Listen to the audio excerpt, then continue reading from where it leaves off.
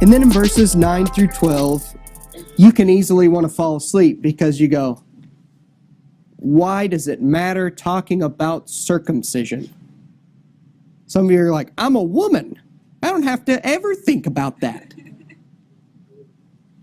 Circumcision is important for Paul to talk about here because the Jews in his day were saying such things like, yes, you need to come to faith in Jesus to be saved, and you also need to be circumcised and obey the ceremonial laws of the Old Testament.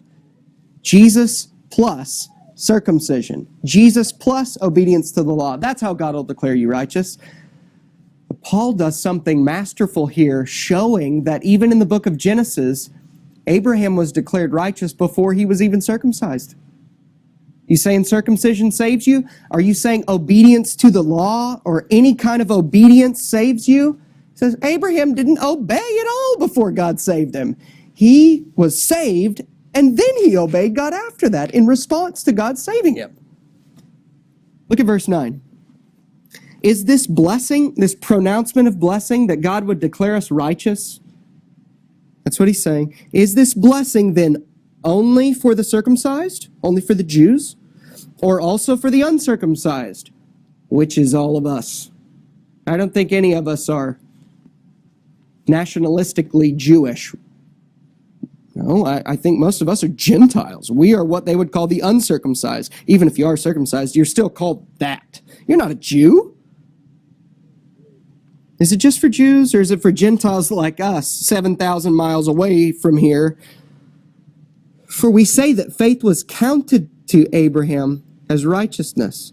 It wasn't circumcision that made Abraham declared righteous. It was trusting God's promise. It was faith. How then was it counted to him? Was it before or after he had been circumcised? It was not after, but before. So here's the progression. Genesis 15, God gives him a promise. He trusts the promise. God declares him righteous. And then it's not till Genesis 17 that the Lord says, Abraham, I know you're almost 100, but you need to cut off your foreskin as a sign that you belong to me.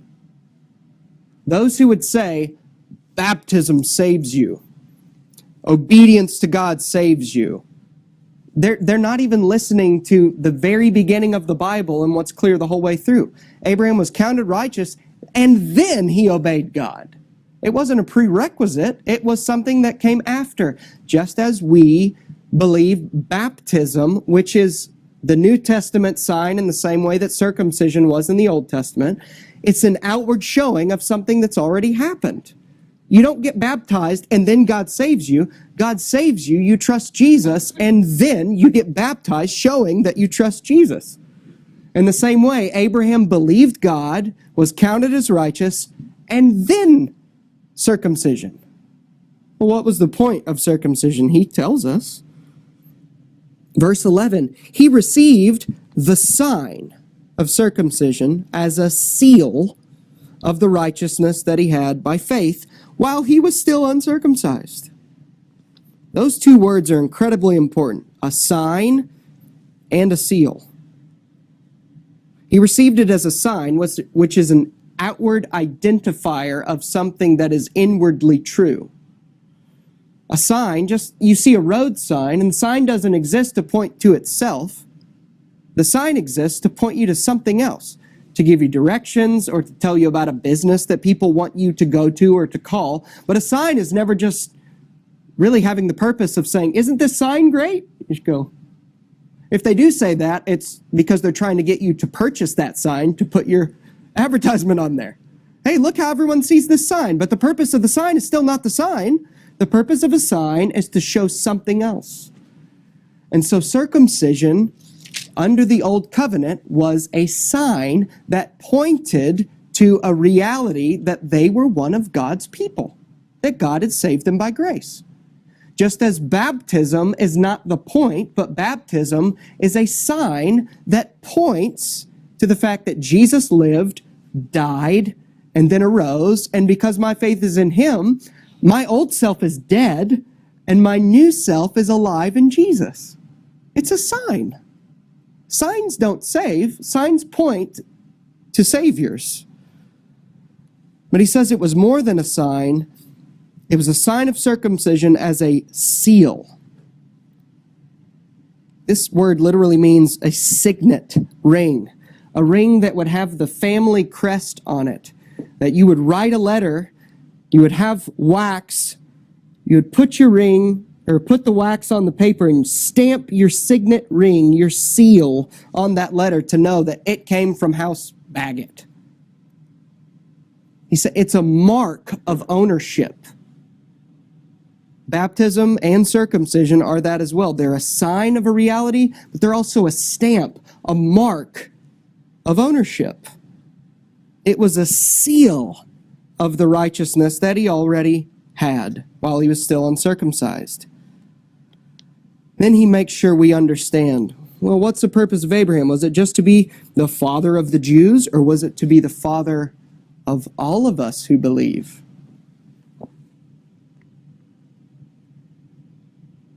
The purpose was to make him the father of all who believe without being circumcised.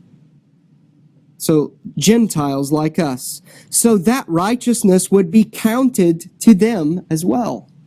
Abraham is your example of what it looks like to trust God. David is your example of one who teaches trusting Jesus to be counted righteous through what he's done, not based on your actions, but based on his actions, so that we would believe. Verse 12, and to make him the father of the circumcised, who are not merely circumcised, but also walk in the footsteps of the faith that our father Abraham had before he was circumcised. Here's a point. Abraham exists to be an example for us and to be the first in the line of those who were justified through faith, both to the Gentiles and to the Jews. He says he was declared righteous before circumcision so that we wouldn't be confused and think, well, I've got to be circumcised or baptized or have some outward sign before God will save me. He said, no.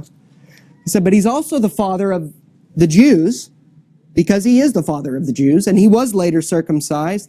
And then he makes sure and says, I'm not talking about just those who were circumcised physically, but those who follow in the footsteps of Abraham. What does that mean? It means those who, like Abraham, do not depend on their own works, but who trust God and what he's done in Jesus to make us, count us righteous apart from our works. This, friends, the article of justification through faith alone, apart from works, this is the article upon which the church stands or falls. If you don't understand that God declares us righteous through faith in Jesus alone, apart from works, then you don't understand the gospel. If you think you contribute anything to your salvation, anything, you don't understand the gospel.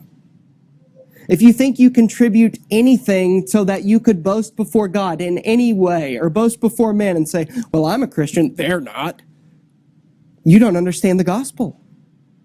That's why it's faith. Faith is the anti-work.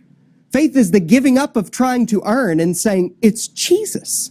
It's only Jesus. My trust is in him. And if you get that, you understand the gospel.